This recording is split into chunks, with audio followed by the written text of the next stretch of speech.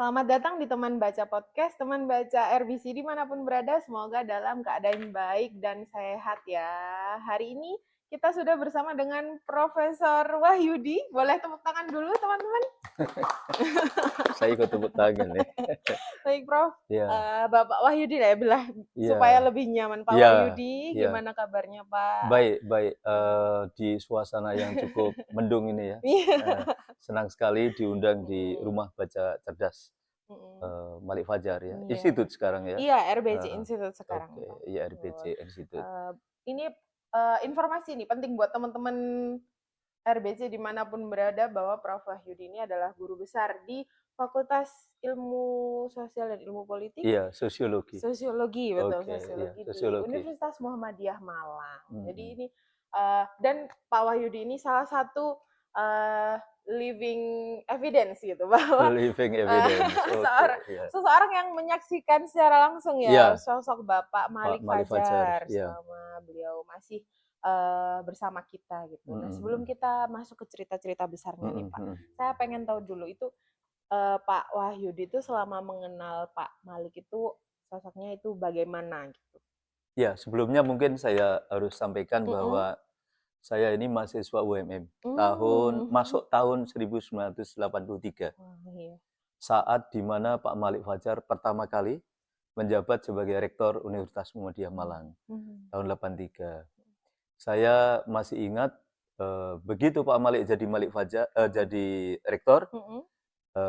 beliau langsung, punya relasi atau hubungan, dengan Departemen Kementerian Agama Republik Indonesia, Mhm. dan UMM sejak saat itu langsung dapat bantuan dari Kemenag. Mhm. Saya masih ingat itu penandatanganan bantuan dan kerjasamanya itu di kampus 1 Wah. gedung paling pojok itu. Itu saat Mhm. pertama kami lihat Pak Mhm. Malik Fajar begitu jadi rektor langsung beliau bergerak Mhm. untuk membawa UMM mulai 83 itu take off. Mhm. Dari Mmm. fase take off UMM itu sejak dipegang Pak Malik Wah. Fajar tahun 1983. Wah, Nah, keren sekali. saya dengan demikian kenal Pak Malik Fajar adalah sejak saya mahasiswa baru Universitas Muhammadiyah Malang tahun Wah, luar biasa 83 sekali. sampai kemarin. Mhm, oke, Bapak. Terus, Ya. eee, kalau di mata Pak Wahyudi nih, Mm-mm. Pak Malik itu sebenarnya sosoknya seperti apa sih? Ada karakter yang paling di-notice gitu nggak, Pak, selama beliau masih Beliau bersama? adalah sosok Mhm. yang paling karismatik sepanjang sejarah Mhm. UMM yang saya tahu mulai Mhm.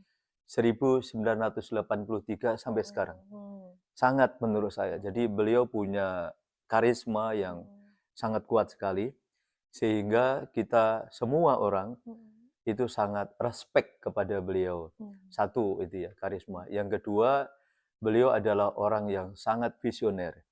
Beliau sangat memahami bagaimana cara melakukan perubahan kampus Mhm. dari yang pada waktu itu, maaf ya, singkatan UMM pada waktu awal itu Mhm. disebut Universitas Murah Meriah. Wah, Jadi saya iya. masih ingat waktu Mhm. saya masuk UMM itu karena mendapat surat Mhm. dari Biro Administrasi Akademik UMM. Mhm.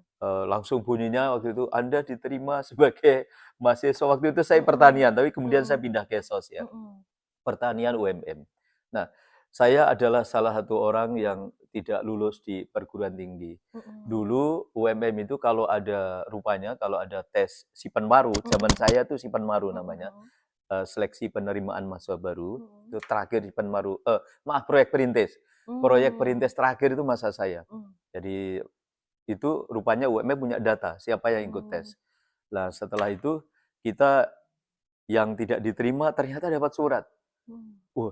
Ya pertama kaget, kok bisa ya saya dapat surat dari UMM Mhm. gitu. Saya kan tinggal di Baringkulon ikut kakak. Saya Mmm. asli Cepu, Jawa Tengah, Blora Oke, ya. heeh. Nah, terus ya otomatis karena kita masih baru dapat pengumuman tidak lulus di Mhm. proyek perintis, saya waktu itu masuk kedokteran nggak diterima. Mhm. Oh, dengan kaget dan bangganya, oh iya, saya diterima di UMM. Kemudian saya daftar di UMM. Mhm. Awalnya saya masuk di prodi pertanian, seperti Mhm. daftarnya. Lalu saya ingat ini mungkin sejarah. Saya kemudian ketemu Pak Ahmad Karim namanya. Mhm. Eh, Terus cerita, oh kalau cari prodi yang punya mahasiswanya nggak terlalu terkenal, nggak terlalu banyak, nggak apa-apa. Mhm. Justru itu peluangnya tinggi. Lalu saya Mhm. pindahlah di kesejahteraan sosial. Oh, memang Jadi jurusannya saya sudah alumni oke, jurusan mhm. Ilmu Kesejahteraan Sosial FISIP Mhm. UMM tahun 88. Benar. 88 itu pula saya direkrut menjadi dosen UMM. Dosen sini. Kebetulan saya agak ini narsis sedikit. Saya Apa, Pak? alumni terbaik, wisudawan terbaik tahun Mhm. 88 lah Masya itu. Allah, luar Dan biasa saya sekali. mewakili wisuda pada waktu itu di Mhm. kampus 2. Mhm. Saya menyampaikan wisuda tanpa pakai teks waktu itu. Mhm. Kata Pak Imam Prayogo yang sekarang Prof, Mhm. beliau mengatakan, saya agak sedikit ini. Mhm. Wahyudi, itu pidato setelah setelah saya jadi Setelah dosen selesai, lama. iya, heeh. Pidato terbaik wisudawan tuh kamu loh, katanya Wah. gitu. Terima kasih Pak Alhamdulillah. Prayogo, saya bilang gitu. Jadi saya kenal Pak Malik, kemudian Pak Malik Mhm. membawa tim waktu itu Pak Mhm. Muhadjir, Pak Mhm. Prayogo, Mhm. Pak Kianto itu Mhm. sejak awal tahun 83. Dan banyak saya kira pemikiran, Mhm. tindakan, perilaku, gagasan beliau untuk Mhm. membawa UMM menjadi lebih besar itu orang-orang yang ada sejak tahun 1983 Mhm. sebetulnya mengetahuinya. Mhm. Jadi mungkin dari perspektif yang berbeda-beda, Mhm. tapi kita memahami bagaimana Pak Malik begitu jadi rektor, dia langsung menjalin relasi dengan pemerintah. Mhm. Pak Malik adalah orang yang sangat multikulturalis yang Mhm. saya lihat. Kalau kita saksikan sekarang di perpustakaan Unmu, Mhm. library pusat kita Musik. itu kan ada Yakub Corner Mmm. dari Kompas ya. Mhm. Itu menandakan bahwa Pak Malik sejak awal memang meniati kampus UMM itu sebagai kampus yang terbuka untuk Mhm. siapa saja, Mhm. bekerja sama dengan siapa saja, Mhm. untuk membawa visi misi Muhammadiyah menjadi kampus yang Pak Malik selalu mengatakan Mmm. student today, leaders tomorrow. Yes. Itu Mhm. berarti dia sudah punya visi yang sangat visioner itu Mmm. menurut saya. Gitu. Nah, karena udah berada di lingkungan yang sama ya dengan Iya, beliau dari sangat amat lama sekali. iya, Nah, itu, eee, selama beliau berperan penuh nih sebagai iya. tokoh dalam bidang pendidikan gitu, Mhm, ada nggak sih, Pak, yang menurut Bapak itu untuk selama pengalaman Bapak sebagai salah satu tenaga pendidik, iya. itu berpengaruh luar biasa gitu? Iya, Pak Mhm. Malik ketika ngajar kami, Mhm. saya Mhm. pernah diajar Pak Malik, itu sering membawa fotokopi, Mhm. tulisan baik itu dari koran atau dari Mmm. majalah. Mmm. Lalu beliau yang copy sendiri. Mmm. Jumlah mahasiswa ketika itu mungkin sekitar 40 sekian ya Mmm. S2-nya itu. Mhm. Mhm. Pak Malik sampaikan, terus Mmm. suruh baca, nanti kemudian eh, suruh tanya mahasiswa, Mhm. suruh tanya, terjadilah dialog gitu. Itu Mmm. yang dilakukan Pak Malik. Kalau saya simpulkan bahwa Pak Malik itu ingin agar perkuliahan itu tidak tidak putus koneksitasnya dengan Mhm. realita atau dinamika masyarakat dan kehidupan Mmm. bangsa bernegara serta dunia itu. Mmm. Jadi harus ada koneksitas. Nggak boleh hanya kita cerita suatu misalkan, oh hari ini misalkan kita belajar tentang pengertian Mhm. sosiologi saja Mhm. misalkan. Kalau ada pertanyaan lain enggak gitu enggak. Jadi Pak Malik selalu ingin membawa kelas itu memiliki koneksitas, memiliki hubungan. Jadi langsung ikut mahasiswa diajak menggunakan pikirannya, Mhm. intelektualitasnya untuk merespon apa yang terjadi di sekitar kehidupan kita. Mhm. Jadi pendidikan yang terbaik rupanya kalau saya ingin simpulkan itu Mhm. adalah pendidikan yang dimulai dari masalah apa yang dihadapi oleh lingkungan kita, dan kita sebagai anggota sivitas akademik harus memikirkan secara konstruktif dan Mmm. sistematis Mmm. menjadi bagian dari komunitas akademik yang bisa memberikan alternatif pemikiran, memberikan solusi atas masalah yang ada. Wah, Kira-kira begitu. luar biasa sekali ya. Iya, Kalau mengingat sangat inspiratif Pak Malik heeh. itu. Kuliah bukan di langit, tetapi Mhm. ya mungkin terbang di langit perlu, tapi hidup Mhm. kita bukan di langit, Mmm. hidup kita di bumi. Mhm. Sekali-sekali mungkin naik untuk melihat ke bawah, lalu Mhm. kita harus bergerak secara praksis itu di bawah. Oh, Iya, oke. Baik, terus ini nggak, ada nggak sih yang mungkin generasi yang seangkatan saya gitu ya iya, mungkin iya, yang masih atau masih sekolah atau masih iya, kuliah sekarang ini, iya. ada nggak ya warisan atau kebijakan penting yang selama ini tuh mungkin orang nggak banyak tahu, tapi justru munculnya itu malah dari beliau? Orang harus punya cita-cita. Mmm, Satu ya, dia mhm, punya cita-cita yang besar. mhm, Cita-cita itulah yang kemudian harus diterjemahkan sesuai dengan potensi, sesuai dengan situasi dan kondisi yang melingkupi kita yang punya cita-cita. Nah, di samping itu, Pak Malik setahu saya selalu mengingatkan kita untuk bersyukur, mhm, bersyukur. Kalau ada mhm, orang punya masalah itu, bersyukur. Kamu itu mhm, kurang syukur, kira-kira gitu. mhm, Nah, itu mungkin ketika itu saya juga tidak merasakan secara langsung mhm, efek apa religiusitasnya ya. Tetapi setelah semakin tua saya mhm, semakin tahu bahwa oh ternyata damai dalam diri, mhm, damai terhadap lingkungan, damai terhadap raihan keduniaan maupun akhirat kita itu harus dibarengi dengan syukur itu. mhm, Itu saya kira luar biasa. mhm, Dan apa namanya, beliau adalah orang yang sangat disiplin ya, mhm, disiplin. Saya mohon maaf ini cerita agak anu, nggak saya apa-apa, pernah suatu kali ditegur Pak Malik mhm, ketika ada apa pengenalan mahasiswa baru FISIP. mhm. Lah di Indonesia waktu itu ada buku yang dibredel Orde Baru. Oh, Ah, ya terus ya saya ya. karena saya dulu ikut juga di Bestari, Mhm, wartawan-wartawan awal Bestari.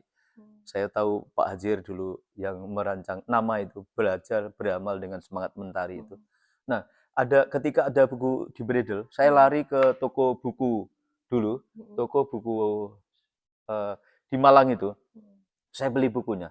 Karena sangat saya ingin tahu itu, curiosity saya itu.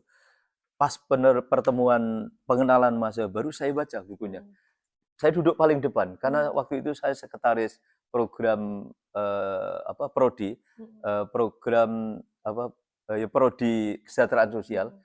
Saya baca karena penasaran itu ditegur Pak Malik saya disuruh nutup. Jadi Pak Malik saya kira adalah orang yang sangat disiplin, sangat Mhm, menekankan kesopanan juga. mhm. Heeh, gitu kira-kira. Baik. Wah, ini ceritanya tuh menarik-menarik begitu ya, Pak, ya? Termasuk yang Iya, jadi saya apa, ya mungkin melihat dari angle yang berbeda dari mhm, teman-teman yang lain. mmm, Mungkin kayak Pak Fauzan itu kan angkatan saya, itu mungkin mhm, melihatnya sendiri. Pak Fauzan adalah kader yang dekat Pak Malik ya. mhm. Saya katakanlah apa nih, jamaahnya lah gitu. Jamaahnya yang sebetulnya kita semua tidak ada yang tidak mengagumi Pak Malik. Mmm, Karena kita mhm, semakin tahu bahwa Pak Malik lah yang membawa UMM berkembang, mhm, berkembang pesat itu sejak Pak mhm, Malik itu. Lalu fondasi-fondasi yang diterapkan dilanjutkan oleh Pak mhm, Muhadjir. mhm, Eh, kalau tadi saya ceritakan Pak Malik itu langsung punya relasi dengan pemerintah juga dengan tokoh-tokoh mhm, partai politik termasuk Pak Taufik Kemas. mhm. Saya lihat Pak Muhadjir itu ditambahi lagi pilarnya yaitu dengan TNI atau polisi atau Iya, ABRI. oh, Jadi oke. jadi UMM itu menurut saya berkembang karena ketika kita membangun UMM itu punya hubungan atau relasi atau jejaring atau network dengan satu itu dengan pemerintah, Mhm, dua itu dengan ABRI atau TNI Polri, tiga dengan partai politik. mmm, Nah inilah saya kira satu apa namanya relasi atau hubungan yang simbiosis mhm, mutualisme gitu mhm, antara perguruan tinggi Universitas Muhammadiyah Malang sebagai bagian dari civil society mhm, yang memang secara teori dia harus berkolaborasi secara kritis dengan mhm, state gitu dengan juga mhm, misalkan market. mmm, Misalkan mhm, dengan Kompas ya pada waktu mhm, itu. Pak Malik adalah orang yang sangat dekat juga dengan Kompas mhm. ya. Jadi gitu kira-kira. Mhm. Jadi warisan beliau itu, ya relasi yang terjadi di hari ini untuk kampus sebesar Iya skala iya UMM itu iya, memang salah satu peninggalan beliau ya dari keputusan dan kebijakan-kebijakan ketika semasa memimpin begitu ya, Pak, ya? betul. Pak Malik sebetulnya bukan hanya memperhatikan hal yang besar ya, misalkan Mhm. makro, kebijakan makro Mmm, pendidikan mhm tidak ada. mhm. Bahkan hal-hal yang kecil itu pernah saya tahu Pak Malik tidak suka apabila misalkan gini, ada apa namanya tulisan misalkan kebersihan sebagian dari iman, tapi di bawahnya itu jorok atau kopros atau kotor. Pak Malik nggak mau. Jadi agama itu bukan hanya ada di dalam pikiran, tetapi agama atau pemikiran atau konsep itu harus diterapkan di dalam kehidupan. Jadi kalau di dalam lagu Mocopat itu ilmu iku kalakone kanthi laku. Jadi saya mungkin menyimpulkan Pak Malik itu ibarat dalam pewayangan itu seperti sosok Semar menurut saya itu. Semar itu tahu wayang ya. Semar itu yang momong Punokawan, yang momong Pandawa. Nah, Pak Malik adalah orang yang momong itu. Kalau yang dimong benar ya didukung terus, diberi arahan-arahan yang betul. Kalau salah ya tentu beliau akan beri tegur. Beliau sangat tegas, sangat berani meluruskan hal yang bengkok gitu. Dan semua orang apresiatif ya terhadap apa yang dilakukan oleh Pak Malik. Orang yang sangat sederhana, dia memimpin UMM untuk Muhammadiyah dan untuk bangsa dan negara ini, bukan untuk dirinya. Itu. Luar biasa. Nah, kalau bicara soal warisan tadi ya, ini kan yang kita tempatin hari ini Pak. Nah, Rumah Baca Cerdas Institute ini adalah salah satu fasilitas yang memang ditinggalkan sama beliau ya untuk diteruskan dan bisa diakses oleh umum. Berawal dari koleksi-koleksi pribadi buku-buku beliau, akhirnya kita tambah koleksinya dan menjadi perpustakaan umum. Nah, waktu itu Pak, ketika RBC pertama kali didirikan, menyaksikan juga atau tidak? Iya, saya termasuk yang diundang. Dulu di depan ini RBC ini dibuat terop gitu ya. Terus diresmikanlah RBC pada waktu Pak Malik. Tentu orang awam seperti saya atau yang lain itu pikirannya kan masih pendek. Oh, Pak Malik mendirikan RBC gitu. Tapi mungkin Pak Malik sudah punya visi ke depan bagaimana tempat ini sebagai suatu satu tempat, satu forum, satu arena, satu wahana yang menjadi penanda bagi kita semua agar kita selalu bergerak ya. Tadi saya sebut Pak Malik kan selalu ingin membawa kampus UMM itu ikut serta menyertai dan mengawal dinamika atau perkembangan sosial, politik, ekonomi, pendidikan yang ada di sekitarnya. Nah, untuk bisa mengawal menjadi baik itu, arahnya tentu orang harus paham harus kemana kita mengarahkan agar sesuatu itu betul sesuai dengan target yang benar gitu. Ibarat kapal tahulah nakodanya, kompasnya mana, mau kemana. Nah, bagaimana caranya? Saya kira Pak Malik memberi simbolisasi di sini, yaitu harus dengan literasi. Saya kira literasi itu diantaranya harus melalui bacaan, melalui teks, melalui buku, melalui pemikiran, melalui filsafat.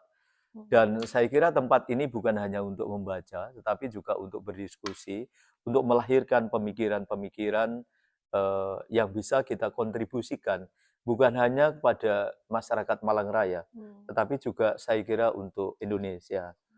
Tentu untuk dunia, misalkan sekarang ini sedang ada konflik antara Iran dan Israel, tentu kita semua bisa berdiskusi bagaimana seharusnya kita memberikan sumbangan pemikiran pada dunia agar kehidupan ini harmoni, damai, compassion, penuh kasih sayang. Saya kira itu. Tadi saya sebutkan Pak Malik itu seorang multikulturalis.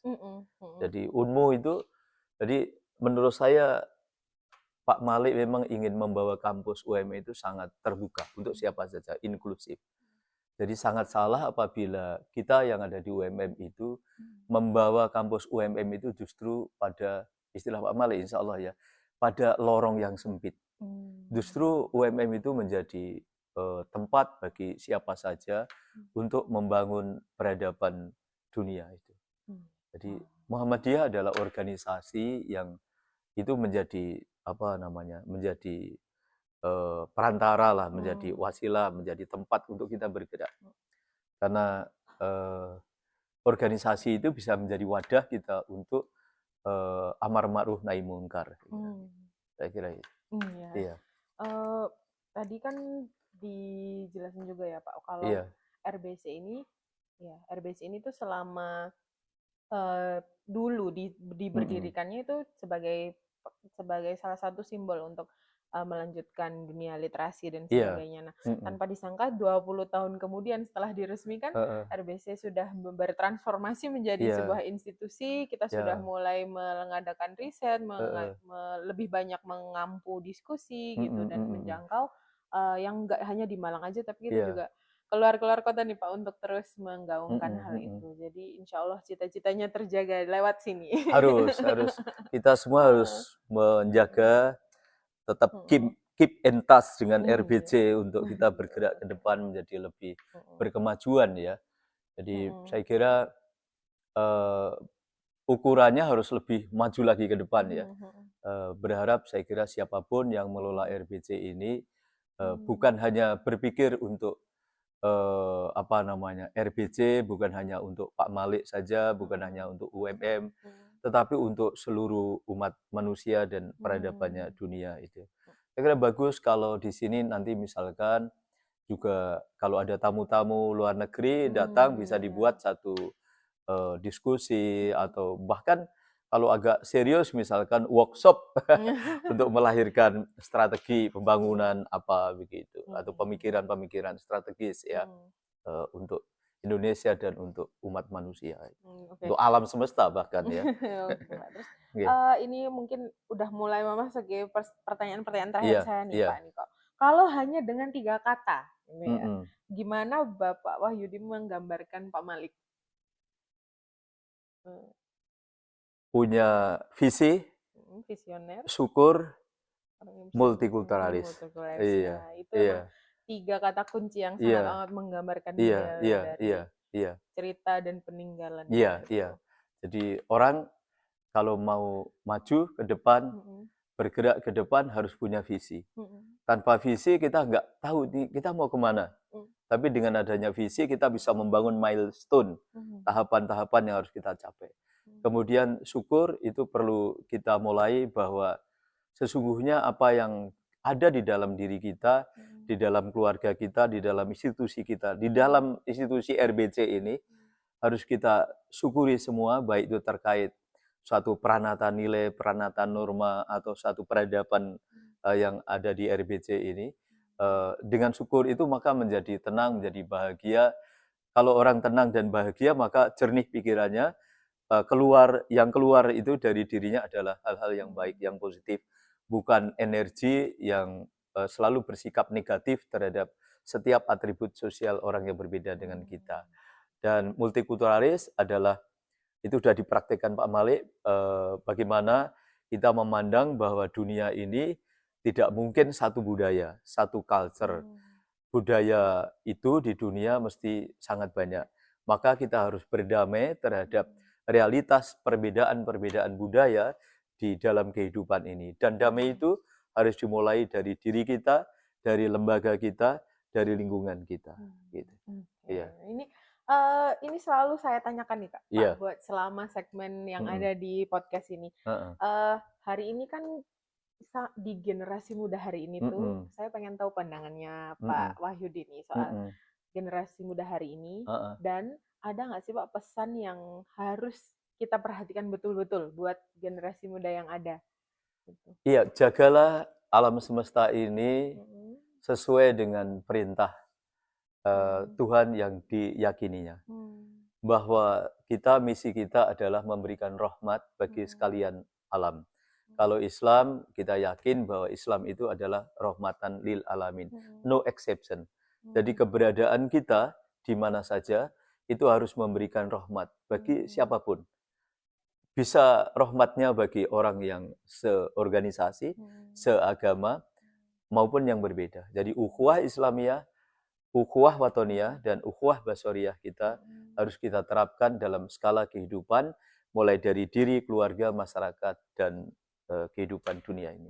Saya Oke, kira itu. wah luar biasa sekali. Eh, Saya sendiri juga mendapatkan banyak insight dari obrolan ini, Pak Semoga. Wahyudi. Terima kasih Iya, banyak sudah mau menyempatkan waktu. iya, makasih Eee, diajak bicara. iya, saya senang sekali. Mungkin kapan-kapan kita akan coba bahas yang lain yang mungkin kalau Boleh. saya yang tertarik itu ini loh Pak, teori Bapak soal pranata sosial Oh itu. ya, iya, Oh, iya, itu itu tadi saya singgung juga bahwa RBC itu ya mhm, sebuah pranata. mhm, Sebuah pranata betul, itu artinya suatu sistem nilai dan mhm, norma yang mengatur mhm, tindakan kita. mhm, Jadi kita ada di mana, kita pasti mhm, diatur oleh sistem nilai dan sistem mhm, norma yang ada di dalamnya. Jadi memang kodratnya manusia agar mhm, tercipta social order itu, ya harus kita mengikuti nilai dan norma yang mhm, ada.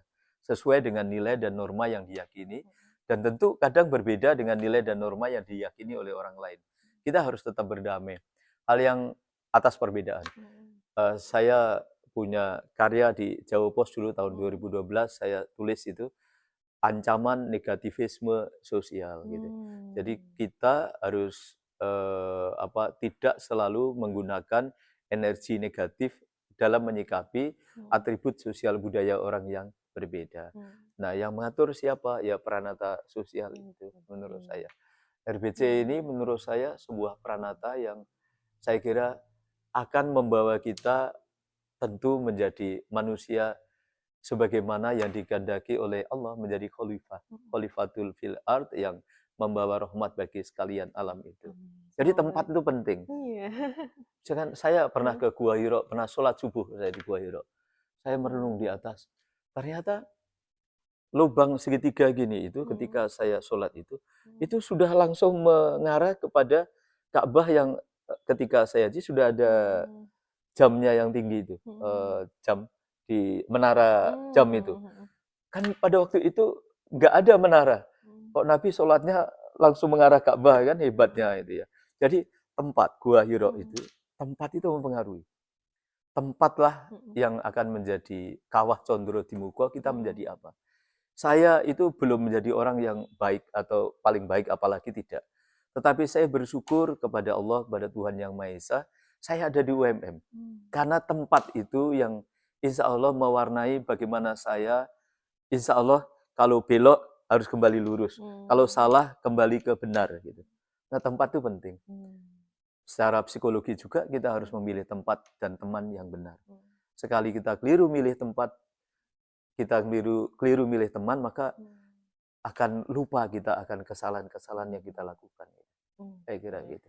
Ya semoga RBC juga menjadi rumah betulan Rumah, ya, menjadi iya. rumah bagi Heeh. teman-teman siapapun yang ingin mengasah diri, yang Iya, iya, ingin mengembangkan diri juga RBC iya. menjadi sumber sebagai Inspirasi. inspirasi betul Iya, sekali iya. dan sambil merawat, nilai-nilai yang ditinggalkan sama Bapak Pak Malik Malik, iya, ya iya. gitu. Terima kasih banyak Prof. Ya, kita Wahyudi. rindu ada Pak Malik baru. Oh iya iya. Iya, Heeh, pastilah ada heeh, apa namanya kader Pak Malik yang bisa mhm, mengembangkan mhm. DNA kepemimpinan Pak Malik Iya, Fajar. amin amin, semoga Iya, itu heeh, heeh. segera tercapai. Terima Iya, kasih iya, sekali iya, lagi makasih. Pak Wahyudi sudah Iya, meluangkan waktu, buat teman-teman RBC, jangan lupa mampir juga ke Rumah Baca Cerdas yang ada di Permata Jingga ini. Kita juga sudah ada kafe, ada fasilitas working space, bisa mhm, dimanfaatkan dan terbuka untuk umum secara gratis. Sampai jumpa kembali di episode selanjutnya. Sampai jumpa. sampai jumpa.